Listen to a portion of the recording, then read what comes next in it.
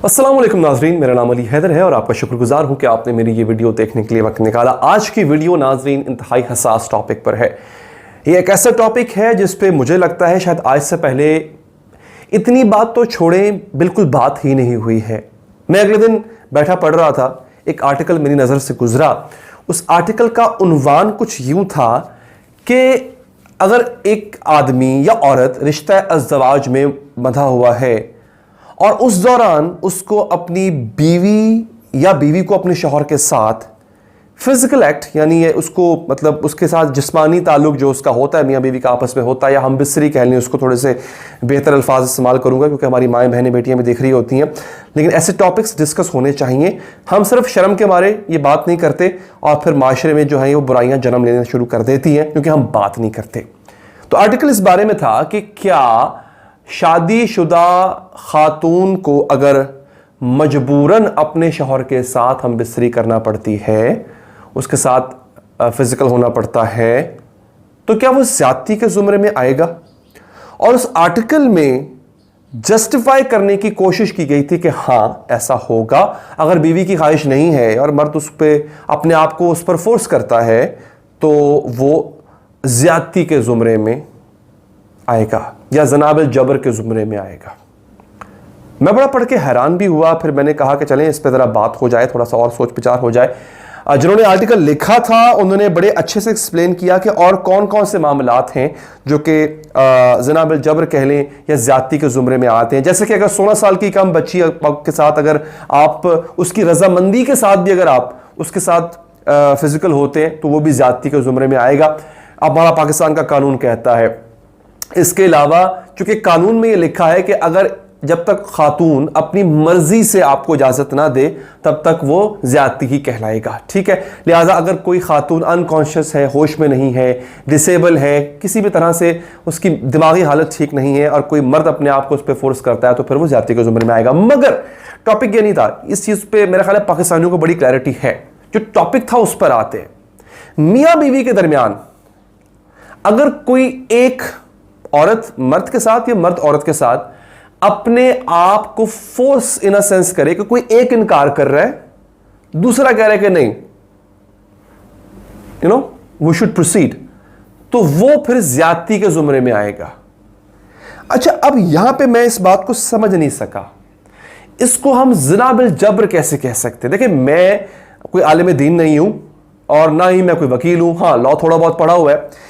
यहां पे इस चीज को बहुत ज्यादा जस्टिफाई किया जा रहा है इस वक्त आजकल सोसाइटी में। औरत मार्च भी बिल्कुल करीब आने लगा है। शायद आपको उनमें भी ये नारा, औरत मार्च में भी ये नारा आपको सुनने को मिले, क्योंकि जब औरत मार्च से पहले आर्टिकल्स जो लिखना शुरू हो जाते हैं लोग, इससे साबित होता है, लगता है कि कहीं ना कहीं जो है वो माहौल बनाया जा रहा है उसका। खैर, अच्छा, अब हुआ नाज़रीन, मेरा जो ख्याल है वो ये है कि अगर तो आप निकाह में जो एक लड़का और लड़की हैं वो जब हम बिस्तरी करते हैं या वो जब एक दूसरे से जिस्मानी ताल्लुक कायम करते हैं, पहली बात तो ये उसको ज़िना नहीं कह सकते आप क्योंकि वो हलाल काम कर रहे हैं, ठीक है। तो जबर कहां से आ गया इसमें? देखिए, ज्यादती को हम ज़िना बिल जबर कहते हैं ना जब हम लिखते हैं उसको कानून के जुबान में, तो ज़िना तो ये है ही नहीं, ये तो हलाल काम हो रहा है। अब जबर की डेफिनेशन क्या हो सकती है? क्या इस्लामी लिहाज से अगर शौहर तकाजा कर रहा है अपनी मनकुआ से, अपनी बीवी से, और ये जो सुनने में आता है, मैं इस बारे में हतमी तौर पे कुछ नहीं कह सकता, मुझे मौका नहीं मिल सका मैं उलमा की राय ले सकूं, लेकिन जो आलिम दीन अगर मुझे कोई देख रहा है तो प्लीज कमेंट्स में नीचे तशरीफ फरमाएं इस बात की। मैं आज की वीडियो अपने सीखने के लिए बना रहा हूं, आपके और अपने सीखने के लिए। हो सकता है में से कई लोग ऐसे हो जिनको इस बात का इल्म हो तो वो भी रहनुमाई फरमा सकते हैं। क्या शौहर का हक है कि वो तकाजा करे अपनी ज़ौजा से अगर उसकी कोई जिस्मानी जरूरत है? ठीक है, मैं बड़े अल्फाज का चुनाव कोशिश करूं बेहतर से बेहतर हो। क्या शौहर तकाजा कर सकता है? और अगर औरत इनकार कर दे तो यहां पर क्या शौहर पे इखलाकी जिम्मेदारी है कि वो पीछे हट जाए या फिर वो अपनी बात मनवा सकता है?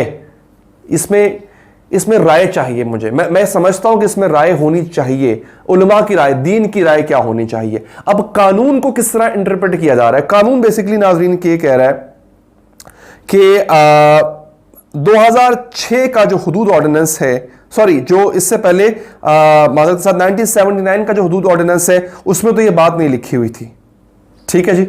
اس میں یہ بات, لیکن 2006 کا جو نیا قانون آیا اس کے سیکشن 375 میں پاکستان پینل کوڈ جو ہے وہ یہ کہتا ہے کہ اگر ایک آدمی جو ہے اس کے بارے میں مانا جائے گا, مرد کی بات ہو رہی ہے, مرد کے بارے میں مانا جائے گا کہ اس نے زیادتی کی ہے اگر اس عورت کی مرضی اس میں شامل نہیں ہے. اچھا, اب یہاں پہ لفظ عورت کا استعمال ہوا ہے. اس قانون میں یہ تخصیص نہیں کی گئی, یہ تقسیم نہیں کی گئی ہے کہ وہ عورت کوئی اگر غیر ہو تو. اب جب عورت کا لفظ استعمال کیا گیا, وہ بیوی بھی ہو سکتی ہے, اور اگر بیوی یہ کہے کہ میری مرضی کے بغیر اس سے مجھ سے یہ ایک کام کیا ہے, امبستری کی ہے, تو اس آرٹیکل میں جو بات لکھی ہوئی ہے اس کے مطابق وہ زیادتی کے زمرے میں آئے گا. جن خاتون نے یہ آرٹیکل لکھا, انہوں نے تو یہی ثابت کرنے کی کوشش کی ہے کہ چونکہ قانون یہ کہہ رہا ہے, قانون نے لفظ عورت کا استعمال کیا ہے, قانون نے یہاں پہ تقسیم نہیں کیا, وہ عورت کوئی بھی ہو سکتی ہے اور وہ بیوی بھی ہو سکتی ہے. اور بیوی اگر آپ سے کہہ رہی ہے کہ نہیں مجھے کچھ نہیں کرنا, اور مرد اپنے آپ کو فورس کر رہا ہے, اس کا شوہر اپنے آپ کو فورس کر رہا ہے, اسے حکم دے رہا ہے لیٹ سے کہ نہیں تم کرو, تو پھر یہ بھی زنا بالجبر یا زیادتی کے زمرے میں آئے گا. یہاں پہ یہ اسٹیبلش کرنے کی کوشش کی جا رہی ہے. میں اس کو نہ حتمی طور پہ تسلیم کر پا رہا ہوں, نہ کلی طور پہ اس کو ریجیکٹ کر پا رہا ہوں, کیونکہ میں لا علم ہوں. انسان کو فن خوانی بننا چاہیے کہ مجھے سب پتہ ہے, مجھے نہیں پتا. میں ویڈیو اس لیے بنا رہا ہوں کیونکہ مجھے پتا ہے میرے دیکھنے والوں میں اہل علم, اہل قلم, اہل مطالعہ لوگ شامل ہیں. آپ ماشاءاللہ لوگ, آپ لوگ بہت ذہین اور علم رکھنے والے لوگ ہیں. ان میں سے وکلا بھی ہوں گے میرے سامنے ہمیں دیکھنے والے, علماء بھی ہوں گے, دین کے اسٹوڈنٹ بھی ہوں گے, لا کے اسٹوڈنٹ بھی ہوں گے. تو آپ رہنمائی فرمائیں, کیا ایسا ہی ہے جس طرح انٹرپریٹ کرنے کی کوشش کی جا رہی ہے اس قانون کو, 2006 کے اس قانون کو, کیا ایسا ہی ہے؟ اور اگر ایسا ہوگا پھر تو بھجن شوہر نہیں بچتے, پھر تو ہر تیسرا چوتھا شوہر پھنسے گا. یہ میرا گمان ہے, میری آبزرویشن ہے, ٹھیک ہے, اس کو میں حتمی طور پہ نہ لیجیے گا, آپ کی آبزرویشن ڈفرنٹ ہو سکتی ہے, you can disagree with me. میری آبزرویشن یہ ہے اگر اس کو اسی طرح ورڈ بائی ورڈ لیا جائے اس قانون کو, تو پھر تو بھجن ہر تیسرا چوتھا شوہر پھنسے گا. بھلا پوچھیں کیوں؟ اس کی وجہ دوستو یہ ہے, آئے دن کوئی نہ کوئی جھگڑا ہوا رہتا ہے میاں بیوی میں. بیوی کے پاس تو بڑا آسان حل ہے, جا کے پرچہ کٹوائے کہ اس نے مجھ پہ اپنے آپ کو مجھ پہ اس نے جو ہے وہ پھینک دیا تھا.